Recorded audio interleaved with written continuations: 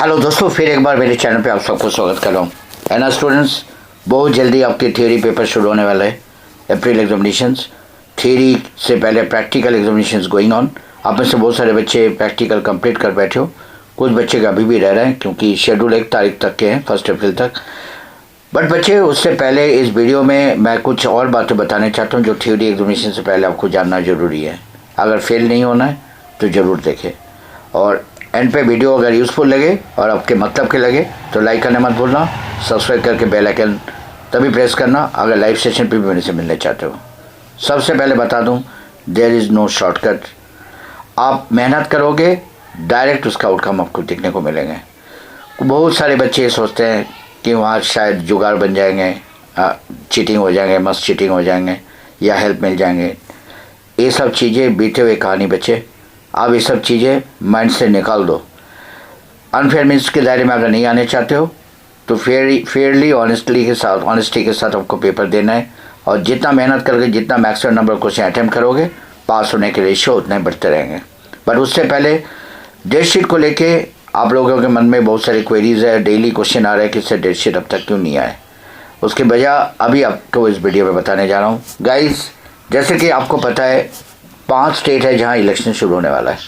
इनमें Assam, Kerala, Puducherry, Tamil Nadu and waste Bengal. और जैसे कि आपको पता है ये एग्जाम जो इनके शेड्यूल है ये अप्रैल के महीना में है, और कोइंसिडेंटली आपके पेपर भी अप्रैल के महीना में होना है। ऊपर से जो कॉम्पिटिटिव एग्ज़ाम्स के डेट भी इसी अप्रैल और मई में आने होते हैं। लीडिंग ऑल इंडिया जो कॉम्पिटिटिव एग्ज़ाम है, जैसे नीट जैसे पेपर और ICAI के पेपर, JEE मेंस के पेपर इन दिनों में आते हैं। CUT जो यूनिवर्सिटी एडमिशन के लिए होते हैं आजकल +2 के बाद, वो भी इन दिनों में होता है।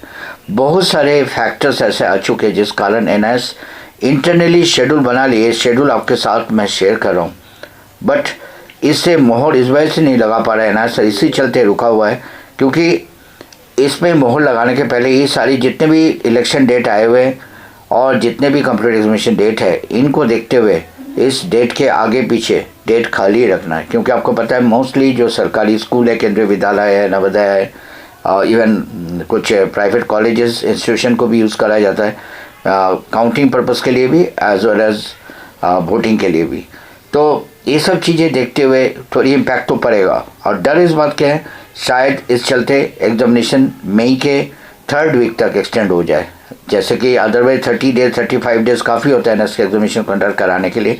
और अगर मैं मान लेता हूँ जो टेंटेटिव डेट शीट के मुताबिक अप्रैल 9 तारीख से 6 से 9 के बीच एग्जामिनेशंस के हाई प्रोबेबिलिटी है शुरू करने के।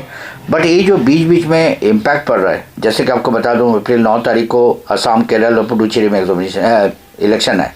अप्रैल 23 तमिलनाडु में और वेस्ट बंगाल के फेज़ 1 है, और अप्रैल 29 वेस्ट बंगाल के फेज़ 2 है। और साथ साथ ये सारी चीज़ें जो है इस इलेक्शन डेट है, इसका आगे पीछे भी आपको पता है बहुत सारे एक्टिविटीज़ होता है। जैसे कि जो वोटिंग मशीन होते हैं, फिर ऑफिसर्स को असेंबल कराया जाता है, फिर हो जाने के बाद सिक्योरिटी के अंदर रखा जाता है वोटिंग मशीन को, फिर लास्ट में जाके काउंटिंग होते हैं। तब तक जहाँ भी इस सारी चीज़ें रखा जाता है वो सारे स्कूल या कॉलेज इंगेज हो जाता है, वहाँ बाहर से किसी को आना अलाउ नहीं है। तो इसी चलते आपके एग्जामिनेशन शेड्यूल में बीच बीच में गैप आपको देखने को मिलेंगे।